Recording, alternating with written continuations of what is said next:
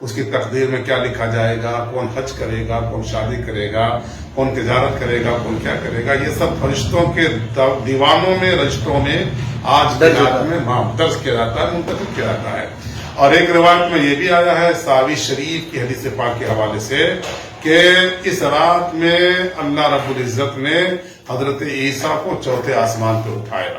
اسی رات میں بنی اسرائیل کی توبہ قبول کی گئی۔ اسی رات میں جنت کا جو پیڑ شجر طوبہ ہے لگایا گیا، اور اسی رات میں جنت کی تخلیق کا سامان بھی فراہم کیا جانا شروع ہو گیا۔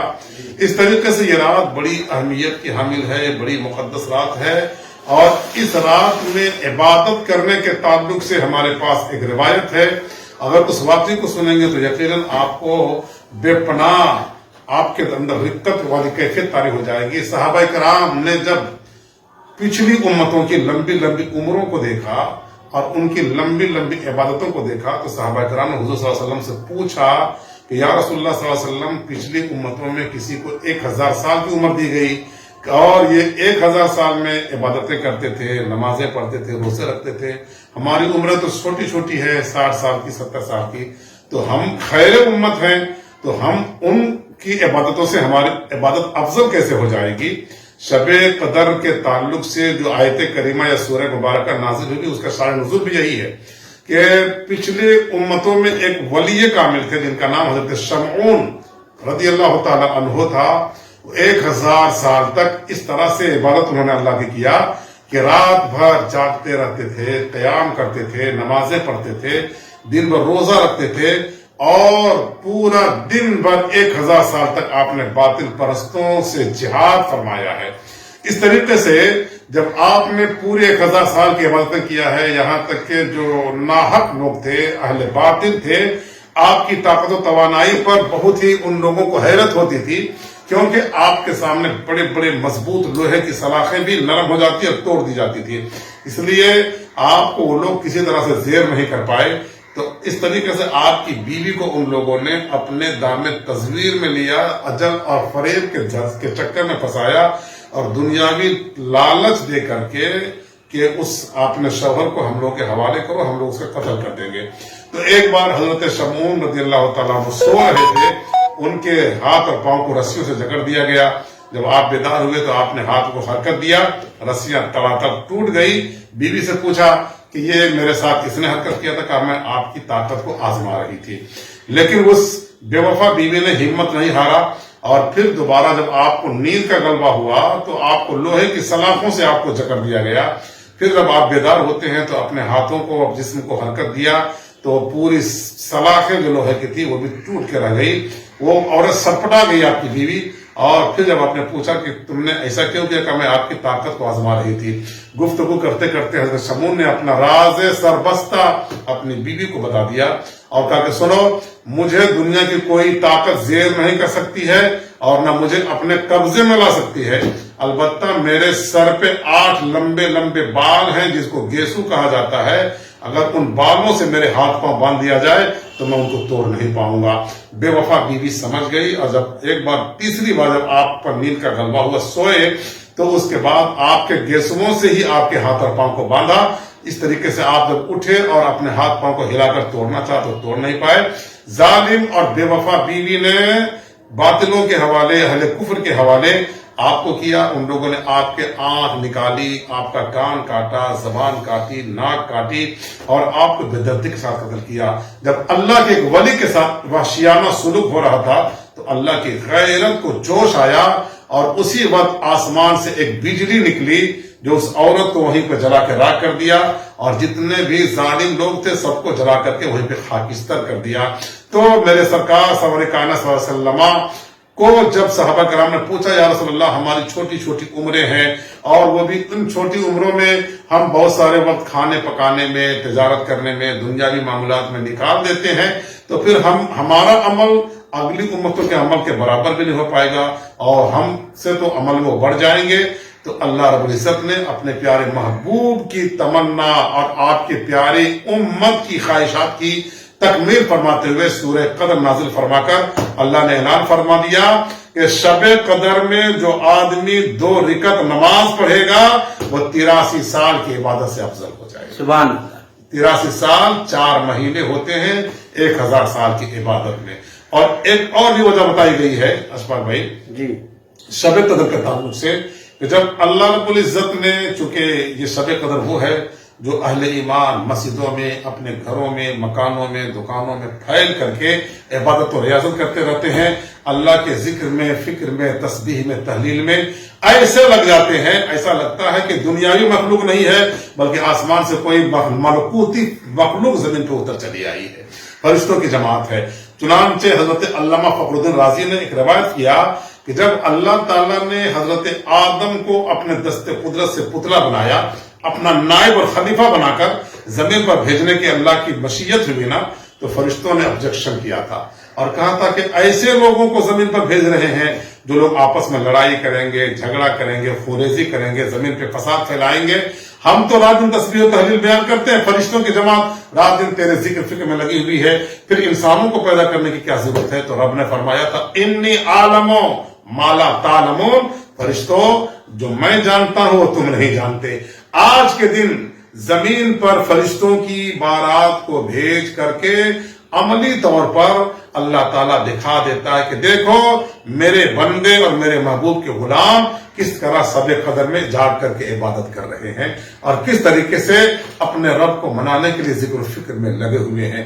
اس سلسلے کی ایک روایت ہمارے سامنے آتی ہے اور وہ یہ ہے کہ جب شب قدر آتی ہے حضور صلی اللہ علیہ وسلم اعتکاف آپ نے ہر رمضان میں تقریباً اعتکاف فرمایا شب قدر کی اہمیت کو لوگوں کو بتانے کے لیے اور شب قدر میں عبادت کو پانے کے لیے حضور صلی اللہ علیہ وسلم نے ہر رمضان کے آخری عشرے میں آپ نے جاگا ہے، عبادت کیا ہے.